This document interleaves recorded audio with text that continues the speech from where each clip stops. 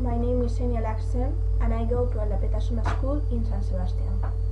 Now I am going to explain to you an optional physics work that I have made with the GeoGebra program, which consists on choosing a physics problem and resolving it, changing the variables.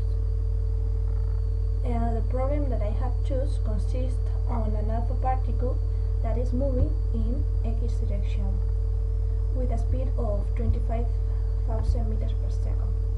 And parallel to its speed in zeta direction, there is a magnetic field of 0.01 Tesla, and in the same direction, forming 70 degrees with the z-axis, there is an electric field of 2000 newtons. And the question is, how will the particle move regarding the time? Well, first of all, I will explain how the magnetic and electric fields will influence on the particle movement. Regarding the magnetic field, it will do a magnetic force in the hotter direction. And regarding the electric field, it will do a force that can be decomposed in two different forces, one in the hotter direction and another in the cold direction.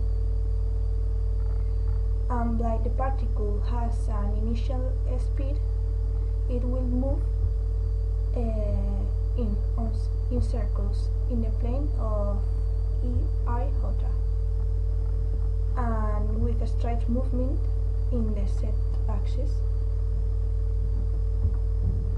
Using all these formulas, you can guess the results. But before doing the GeoGebra, I have to do an Excel page studying the component of the particle's position regarding the different variables. The variables that I have chosen in my case are the mass, the charge, the magnetic field, the speed, the electric field, the angle, and the time. And here in these graphics you can see how the variables change, the position change regarding the variables. The mass, the charge, the magnetic field that is independent from the z direction,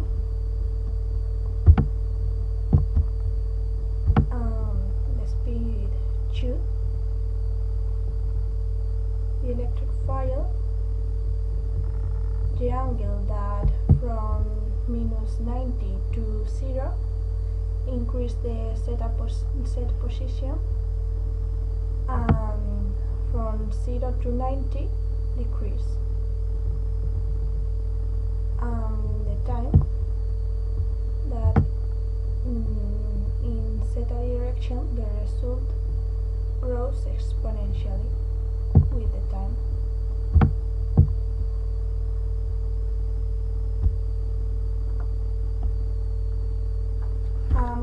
Here in the GeoGebra you can move the variables and check what the graphics of Excel say. Here you can change the particle to a proton, an alpha particle, or a neutral ion. Here the magnetic field, here the speed, here the electric field, and here the angle. Here you can see the results. On this side you have the axis X and Y, and in this other the axis Z.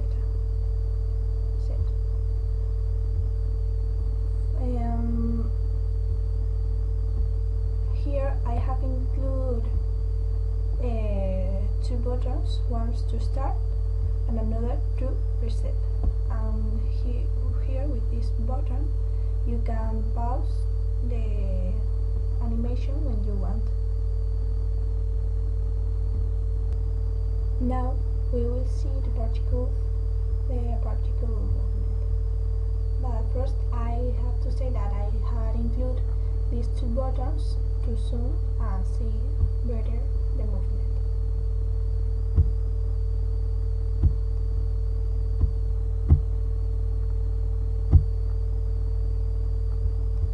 And now I will change and put different variables.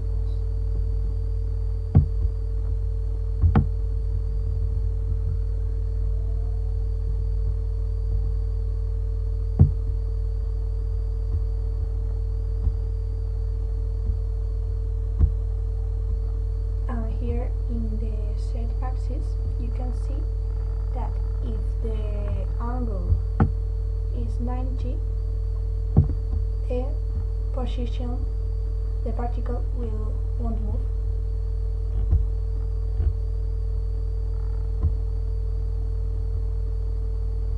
But changing the angle, it will move.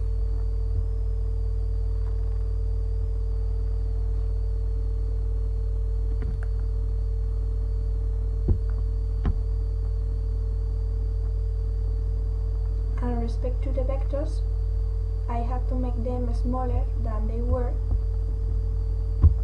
so that they could be seen without them. Well, this has been all.